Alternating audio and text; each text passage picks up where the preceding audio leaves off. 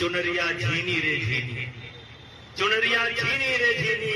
अरे दास कबीर ने ऐसी ओढ़ी जो पीते उधर दीनी, चुनरिया झीनी रे झीनी। कोई दाग नहीं है, कोई दाग नहीं है, कोई शर्मिंदगी नहीं है, कोई शर्मिंदगी नहीं है, कोई साहस कभी नहीं है। और मेरे भाइयों याद रखना, आपका ये भाई, आपका ये बेटा, आपका ये चाचा, सब कुछ हो सकता है, लेकिन जो आरोप लगाया है ये नहीं हो सकता है। मेरे भाइयों मेरा इशारा समझो, अधिकारों के लिए क्रांति का बिगुल बजाना ही होगा, और तो मेरी पीढ़ी को कुछ लहू चुकाना ही होगा। नौजवानों, 5 तारीख को मोटरसाइकिल स्टार्ट कर देना अपने भविष्य के लिए। आंकड़ा आया है, कोई कहता है प्रति घंटा 200 नौजवान आत्महत्या करते हैं इस कानून के कारण। 200 नौजवान प्रति घंटा अपनी जीवन लीला को समाप्त करते हैं इस कानून के कारण। मेरे भाइयों, मैंने संतों से कहा है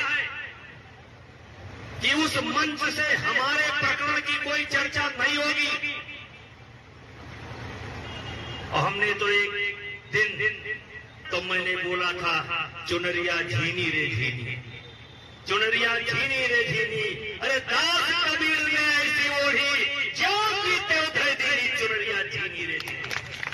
कोई दाग नहीं है, कोई दाग नहीं है, कोई शर्मिंदगी नहीं है, कोई शर्मिंदगी नहीं है, कोई साहस कभी नहीं है। और मेरे भाइयों याद रखना, आपका ये भाई, आपका ये बेटा, आपका ये चाचा, सब कुछ हो सकता है, लेकिन जो आरोप लगाया है ये नहीं हो सकता है, ये नहीं हो सकता।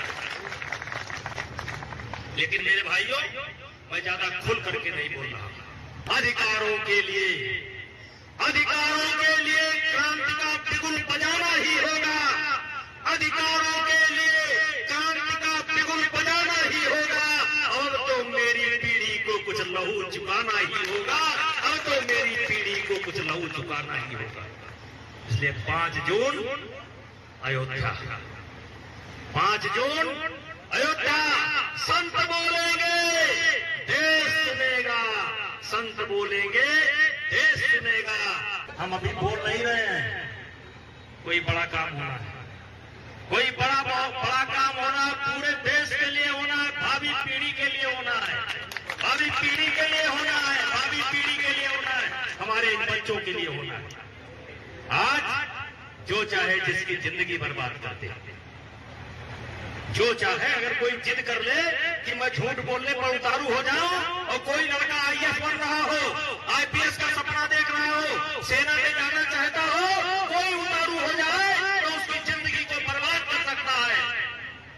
मेरे भाइयों मेरा इशारा समझो, अधिकारों के लिए क्रांति का बिगुल बजाना ही होगा, और तो मेरी पीढ़ी को कुछ लहू चुकाना ही होगा। मैं कहना चाहता हूं कि आप स्वयं सोचो कि अगर राम जी अयोध्या के राजा बन गए होते तो फिर केवट से कैसे मुलाकात होती? केवट का प्रसंग कहां से आता? ऋषि भारद्वाज का प्रसंग कहां से आता? सबरी का प्रसंग कहां से आता? हनुमान कहां से आते? सुग्रीव कहां से आते? अंगद कहां से आते? और फिर रावण से कहां भेंट होती? रावण से कहां भेंट होती? वैसे कुछ हमारे साथ हो रहा है, वैसे कुछ हमारे साथ हो रहा है। और इसी कारण से अयोध्या के संतों ने, मेरा मानना है कि भगवान ने मुझको जिस जिस काम के लिए आपके बीच में भेजा था, मैं समझता था कि मेरा सब काम पूरा हो गया, लेकिन इस घटना से पता लगता है कि मेरे लिए ईश्वर ने कोई काम और सोच रखा है, मेरे लिए ईश्वर ने कोई काम सोच रखा है।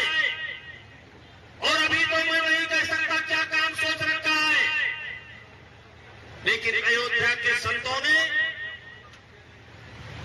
5 जून को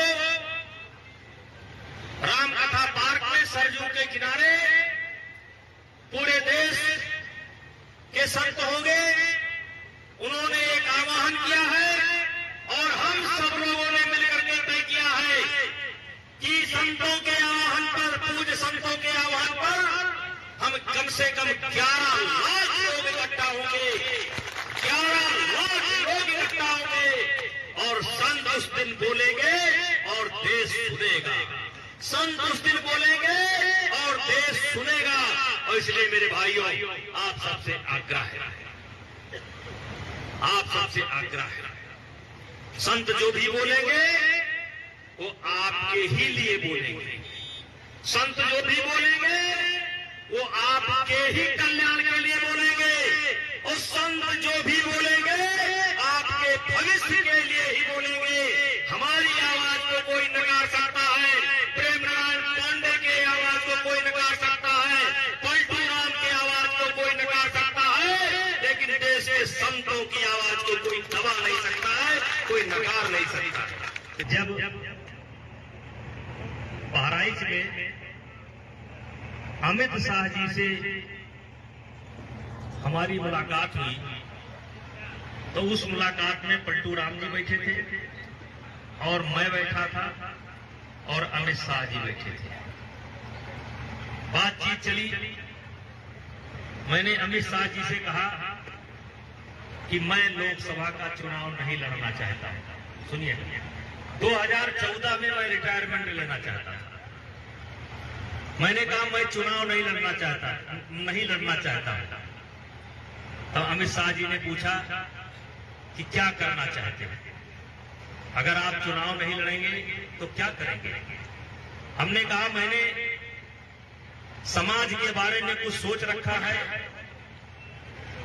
अपने देवी पाटन मंडल के बारे में कुछ सोच रखा है, कि हमारे बच्चे जो हैं इनके बारे में मैंने कुछ सोच रखा है, मैं वही काम करूंगा और मैं चुनाव नहीं लड़ूंगा।